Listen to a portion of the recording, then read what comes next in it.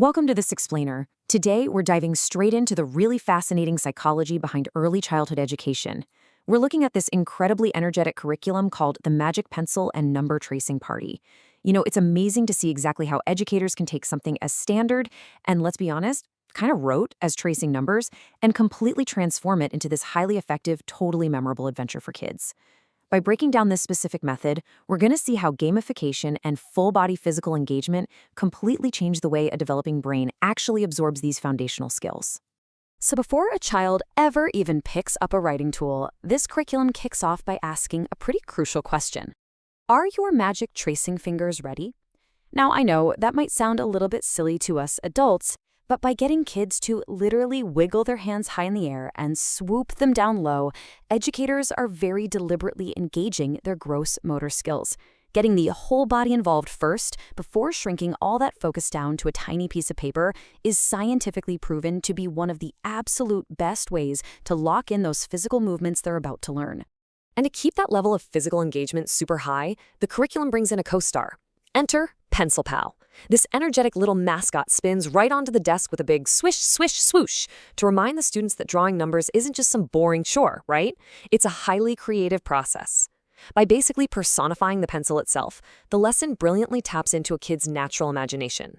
It makes learning the correct strokes and the proper pencil grips feel a whole lot less like a rigid exercise and, honestly, a lot more like pure magic. Okay, let's dive right into this with Section 1, Air Tracing 1 to 5.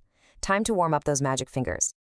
Starting right off with number 1, the kids use that magic tracing finger we just talked about to make a strong, straight downward line in the air. Step 1, straight line down. Step 2, bam. It's this very confident, quick motion. And, from a developmental standpoint, starting with just a simple vertical pull is incredibly intentional. It establishes this immediate baseline of success. By mastering this single, rigid stroke right out of the gate, educators are setting the perfect, confident stage for the entire rest of the student's number journey. Moving right along to number 2, the mechanical complexity takes a pretty big leap. Kids are taught to start their finger way up high, curve it around to carve out a smooth, fluid arc in the air, and then suddenly draw a sharp line straight across the bottom. This transition from a flowing, curved stroke immediately into a solid, straight base is just a fantastic exercise in fine motor control. It actively forces the brain to quickly switch gears between two completely different types of physical motions. Next up is number 3. The tactile cues here is to kind of bounce the finger. You make one curve and then immediately follow it with another curve right underneath. It flows almost like a continuous little wave. Look at you go! What this does is teach children all about rhythmic, repeating motions in handwriting. So instead of constantly starting and stopping, they're learning how to maintain their momentum right through the midpoint of a shape, all without losing their spatial awareness. Now, number 4 shifts gears entirely. It introduces sharp corners and multiple disconnected strokes. The child brings their finger down, cuts straight across, picks up slightly, and then drops straight down to the floor. Unlike the fluid, bouncy rhythm of the 3, this number requires kids to really understand how distinct, rigid lines come together. It's almost architectural, They are literally building a structured shape out of perpendicular components. You're rocking it. To finish off the air tracing warm-up, we have number 5, which is just a brilliant combination of everything they've learned so far. They execute a straight line down, transition into a big belly curve, and finish with a crisp pat across the top. By this point, the children's gross motor muscles are totally primed. They've seamlessly practiced straights, curves, corners, and continuous motion all right there in the air. Air high fives all around.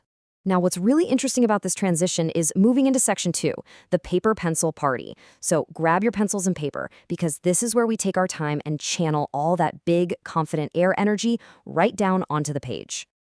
To keep the momentum rolling, the curriculum uses a really fun number train theme. Starting with number 1, students plant their pencils and use very specific vocal cues to actually anchor the physical movement. By physically saying the phrase, "stand tall," out loud, they connect their vocalization directly with the action of drawing a straight vertical line.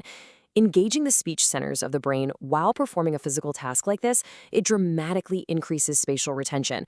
It's so cool. Now for number 2, the lesson introduces some really striking visual mnemonics to overcome those complex shapes. Kids are told to picture a beautiful swan on a lake and say, "Make a swan neck" out loud. This gives them a really vivid, relatable mental image of that graceful, curving neck sitting flat on the water. It turns the highly abstract shape of a 2 into an instantly recognizable object, completely bypassing the frustration of trying to memorize what is otherwise just a meaningless geometric curve. Gliding right into number 3, the vocal cue shifts to double loops. The pedagogical genius here is all rooted in symmetry. When drawing a 3, children often struggle with making the top loop massive and the bottom loop tiny, or vice versa. But by saying double loops out loud, kids intuitively remember to loop in and loop out with equal size and weight. That ensures the final number is perfectly balanced rather than looking totally lopsided or top-heavy.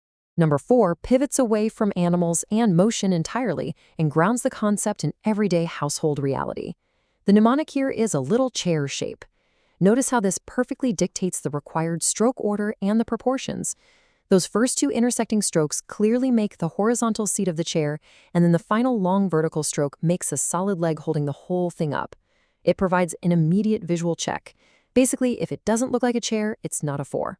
Number 5 gets injected with a bit of fun character to help students navigate its really tricky multi-directional strokes. The prompt here is to give the number a big belly. The students draw the short neck, swoop out a big round belly, and then make sure to add a hat on top. By turning handwriting into an exercise in character design, the curriculum ensures incredibly high engagement. It literally gives each part of the number an anatomical purpose, which is highly effective for long-term memory retention. Moving on, and this brilliantly illustrates the concept of continuous kinetic motion, we have number 6. This is a major milestone in developing those fine motor skills. The auditory cue is to spin that pencil and yell loop-de-loop.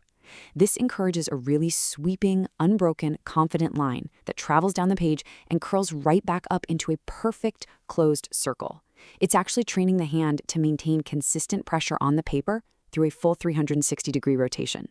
Number 7 is all about controlling momentum and understanding steep angles. The guiding phrase here is slide down the mountain. Kids imagine walking their pencil straight across the top ridge before taking a long, sharp diagonal slide all the way to the base. This specific imagery is so crucial because it perfectly prevents students from drawing a rigid, boxy, right-angle shape. It gently introduces the concept of a deliberate diagonal descent. Now, number 8 addresses one of the absolute hardest shapes for young learners, and it does it by utilizing a universal visual favorite, the snowman. By visualizing a smaller circle on top, seamlessly curving into a larger circle on the bottom, kids master the notoriously difficult continuous S-curve. Without this very specific visualization, most children will default to just drawing 2 completely disconnected, stacked circles. The snowman mnemonic literally forces them to learn fluid crossover. As the number train nears the end, number 9 brings in a party theme with the phrase, a balloon on a string. This visual perfectly dictates the spatial relationship needed when using lined paper. It teaches the student to draw the round balloon floating way up high in the upper half of the designated space, and then pull a straight string directly down to the baseline to anchor it.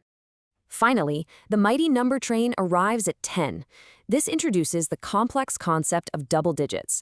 The curriculum handles this so gracefully by just combining 2 powerful, previously learned shapes. The vocal cue is a straight stick and a 0 hero.